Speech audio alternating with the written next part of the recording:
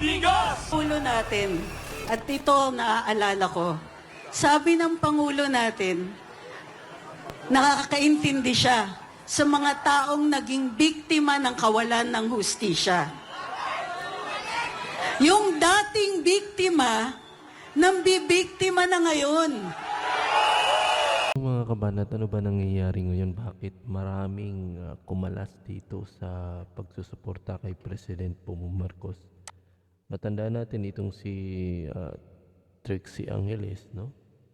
Attorney Trixie Angeles ay suportado ito si President Bongbong Marcos.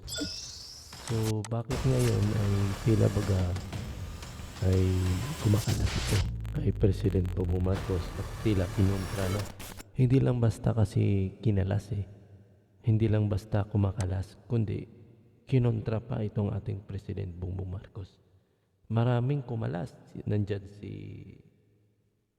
Maharlika, ay kumalas din. At kaya nga ang tinatawag nila, nabudol tayo. Ano bang nangyari, no? Ano ba nangyari? Ano bang nagawang mali ni President Bongbong Marcos? Minsan di ko naintindihan, no? Minsan di ko naintindihan bakit maraming kumalas talaga mga kabanat. Maraming nagalit kay President Bongbong Marcos, no?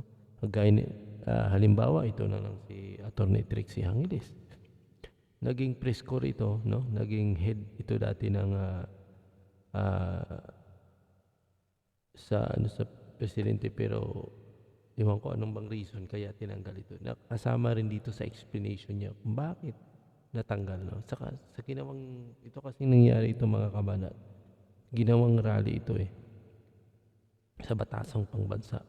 Prayer rally laban dito kay ewan ko kanino ito pinapatungkol, nga lang kasi parang kay President Bongbong Marcos siguro yun, kasi sa kanilang prayer rally ang biribira naman talaga nila dito si President Bongbong Marcos. So hindi ko na patagalin mga kabanan, i-share ko lang sa inyo ano ba itong hinanain nila, bakit sila nagkaroon ng prayer rally. So panoorin natin ito mga kabanan.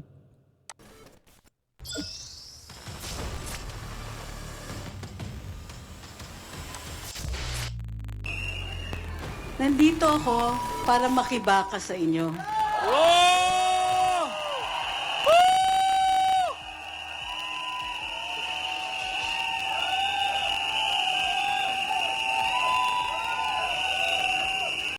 Dahil naiintindihan ko kung anong ibig sabihin at ang pakiramdam na biktima ng sariling gobyerno.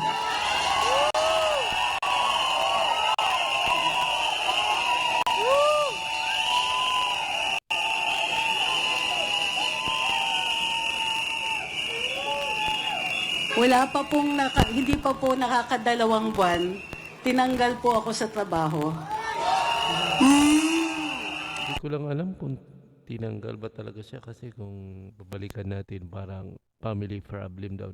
Ang reason niya kasi family problem. Hindi ako magkakamali. Yun ang pagkasabi noon kung bakit siya natanggal o umalis. Parang wala namang binanggit noon na siya'y umalis, kundi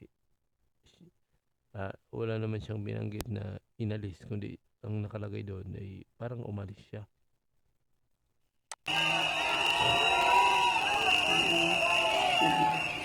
Wala naman akong... Pero ito yung katotohanan mga kabanat, kasi sa kanya mismo sa kanya mismo bibig nagmula kung bakit siya tinanggal nung siya ay nagtatrabaho sa Malacanang. Wala rin naman po akong kasalanan direkta, pero mas ninais ko na rin umalis kesa mapagbantaan pang mawalan ng trabaho ang higit 100 mga empleyado dun sa pinapasukan ko.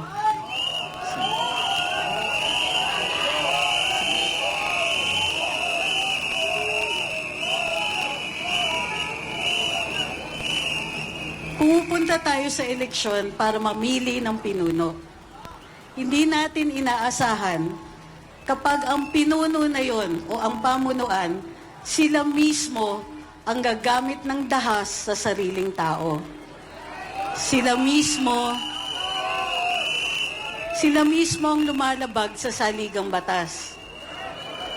Sa dami ng problema ng bayan, pagkain, tubig, kuryente, transportation, internet, trabaho, edukasyon, kulang ang pondo. Parati na bumalik na tayo sa mga araw na tuwing may hinihingi tayo, sasabihin walang pondo para doon. Pero may pondo para doon sa kaduda-dudang 500 billion na ayuda. Mga kurap kayo!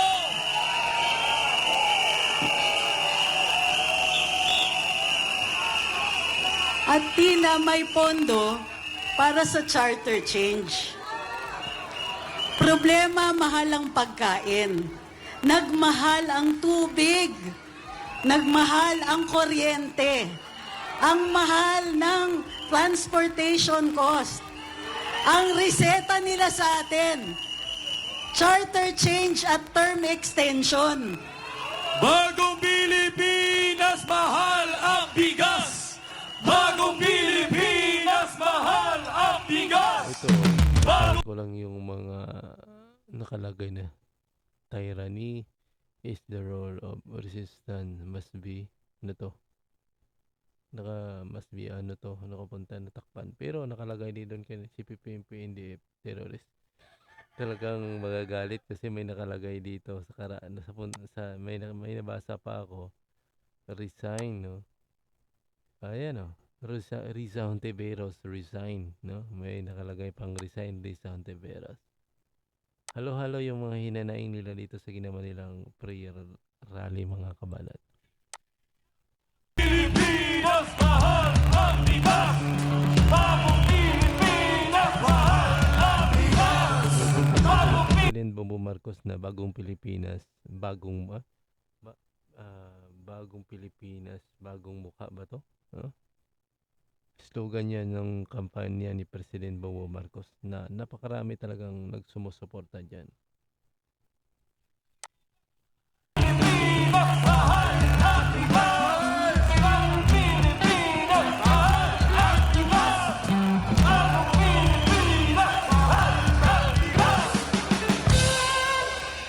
Pinoproblema natin mga basic, mga kailangan natin para lang mabuhay. Ang pinoproblema ng pamunuan, yung mga taong nagka-criticize sa kanila. Ang pinoproblema nila, paano sila tatagal sa pwesto. Ang pinoproblema nila, paano pa makakuha ng mas maraming pera. Hirap na po ang taong bayan.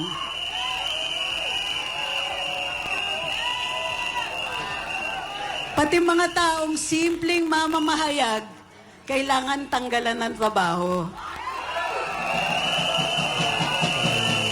Kumbaga, ito palang speech na ito, no, ni Trixie Angeles, may kaugnayan din ito sa nangyari sa SMNI. Sa pagkakalam ko, yung SMNI ay natanggal na suspended na, no? Hindi nata nakapag-ere. No? Yun ang pinupunto ni Attorney Trixie Angeles dito, na ginagamit niya yung kapangyarihan. Pero akala ko nakalagay doon, Riza Hontiveros resign eh. Kaya alam ko ang maging biktima. Alam ko yung tao na nagtatrabaho lang kayo ng maayos. Ginagawa lang yung dapat ninyong ginagawa at dati nang ginagawa. Pero dahil takot ang pamunuan sa inyo, kailangan tanggalan kayo ng trabaho at tanggalan ng boses. Ito yung sa SMNI, no? SMNI yung tinutukoy dito ni Attorney Trixie Angeles. Justisya! Justisya! Justisya! Justisya! Justisya! Justisya! Justisya! Justisya! Justisya! Pinagagalak ko po, makita ko yun lahat ngayon. Hindi lang dahil buhay na buhay ang demokrasya, pero dahil panahon na kung tinatanggalan tayo ng boses, titindigan natin ang ating karapatan. Laban kasama ang bayan!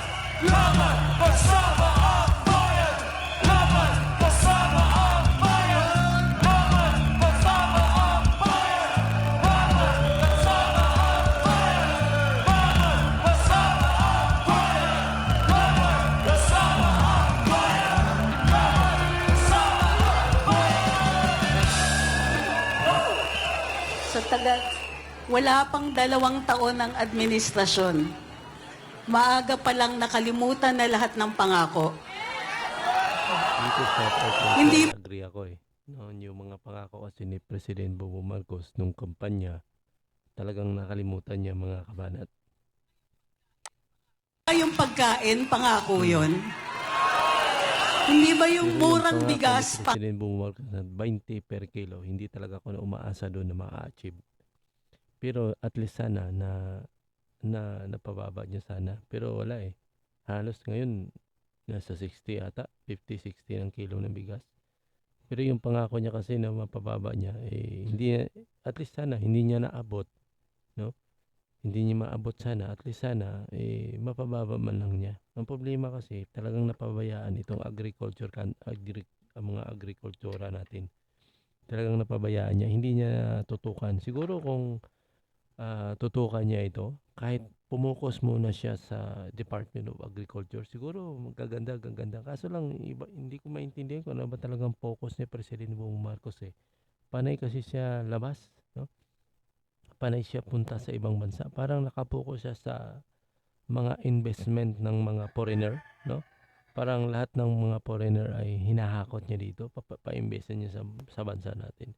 So, sa tanong na sino bang matinong investor na mag-invest dito sa atin? Eh, alam naman nilang mahal ng kuryente dito, no? Yan nga ang reason kaya yung ibang mga kumpanya dito ay sisiglayasan dahil nga sa mahal ng kuryente. Eh, imagine mo yung kita mo sa iyong kumpanya ay halos mapupunta lang doon sa pangbayad mo sa kuryente. Di ba? So, sino bang matutuwa dyan? Sino bang mumuhunan? Yan sana. Dapat ang unahin talaga ni President Bongbong Marcos dito, agriculture at itong kuryente. Yan kasi talagang sikmura ng tao eh. Di ba? Yan talaga. Kasi ang tao hindi na mabubuhay sa panahon ngayon na walang kuryente. Di ba? Lalo na walang bigas, no? Hindi talaga mabubuhay. Kahit dalawang muna sana ang unahin ni President eh. Pero talagang nakakalimutan nila mga kabanan. pangako yun? Hindi ba sinabi aayusin, kuryente, tubig, internet? Di ba pinangako lahat yon? Nasaan na yung pangako? Sino galing? Sino galing? Ano dito?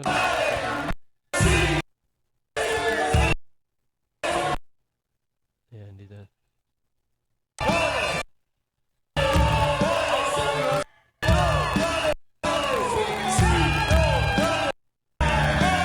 Pangulo natin, at ito naaalala ko, sabi ng Pangulo natin, nakakaintindi siya sa mga taong naging biktima ng kawalan ng hustisya.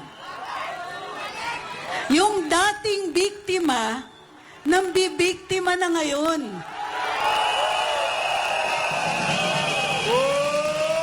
Nasaan na pangako ng hustisya? Justisya! Justisya! Ingay, may mga ano ba?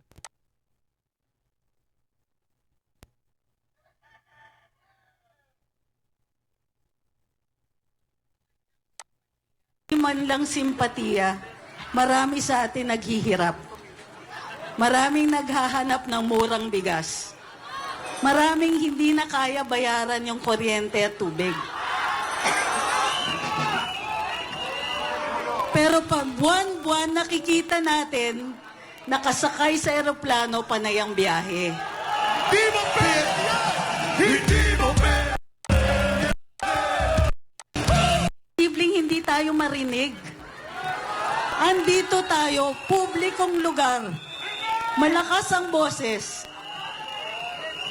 Naka-broadcast, nasa social media. Imposibleng hindi nila tayo naririnig. Hindi ka pinga! Hindi kayo pinga! Biktima, maalala niya kung paano maging biktima. Maalala niya kung paano mag-alala kung anong kinabukasan niya. Mag-alala kung makukulong ba sila. Di ba may panahon na umabot sila sa ganon? Ngayon sila na nambibiktima. Ang Kaya bayan hindi magagapi.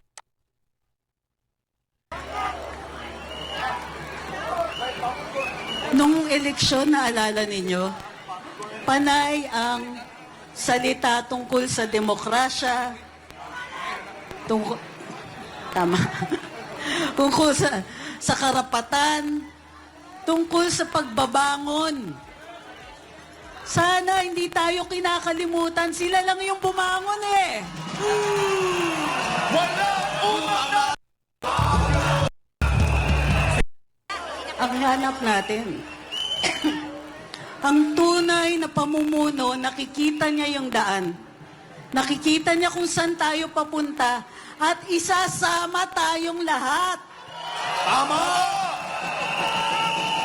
Nang iiwan sila. Ngayon po yung panahon na lahat tayo magsama-sama, makiisa. Kaya kinagagalak ko po na nakikita kayo ngayon. May kasama pala ako. Laban kasama. Ano ko? Pero bago ang lahat, phone, bago ang lahat, gusto kong maalala itong moment na ito. Kasi,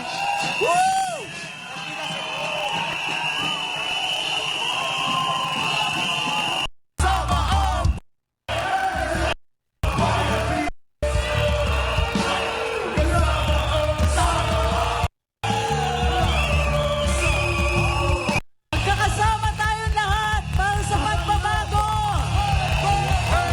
Banat, no? Si Ka Eric nandyan din pala, oh. No? Yung nakita si Ka Eric, no? Ayan, oh. Yan, nandyan si Ka Eric. Sila kasi yung broadcaster ng SMNI na tinanggalan, no? Tinanggalan ng karapatan magsalita, no? Itong si Ka Eric, sila yung mga dating kadre na sumuko. At ngayon ay, yun nga, nandun sila sa SMNI para ilahad yung mga kung paano sila nag-recruit, kina-counter nila yung itong makakaliwang grupo. Nga lang, sila yung nabubusalan ngayon. Na sila dapat yung tumutulong sa gobyerno, pero sila yung nabubusalan. At dumating pa sa punto na yung SMNI, yung TV station na kanilang pinuburgasan ay tinanggalan din ng karapatan. No? Pati yung mga talagang grabe mga kabanat. Nanaig talaga yung kapangyarihan ng makakaliwang grupo dito mga kabanat dahil mismo yung SMNI ay hinahanting. Pati itong si Kibuloy ay hinahanting din mga kabanat. No? Grabe talaga ngayong ano na ito. Sa panahon ni President Bongbong Marcos, mas parang maging worse no? Parang sobra eh. Parang walang paki itong ating presidente. Hindi man lang natin naririnig kung anong klaseng stand niya dyan. Samantala na itong SMNI ay tumulong din sa kanya ito, sa pangkampanya. Parang, ano ba to? Hindi ko masasabi na itong ating Pangulo ay may pagka-robot. No? Ibig sabihin, no? Nako-control. Kumbaga, may pumipindot lang sa likod. Kung hindi pipindutin, hindi gagalaw. Hindi naman yata ganun ng ating Pangulo mga kabanat kasi ang ganda naman yan ng ano niya, may isip naman yan. Ay no, sila ni Ka Eric, no?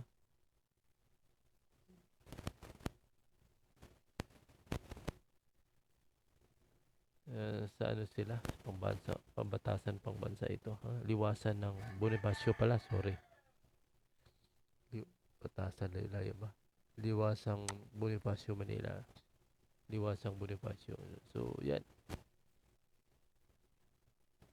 Hindi naman gaano karaming dumalo. Oh, nakalangkita naman yan. Pero at least, yan ay malaking boses mga kabanat.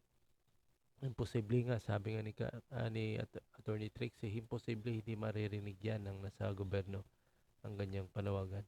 Kasi naka-live broadcast nga yan. Ang iba, sinishare. Kaganito, sinishare ko rin. Imposible na hindi yan makikita ng nasa gobyerno. So, yun lang muna mga kabanata. See you next video.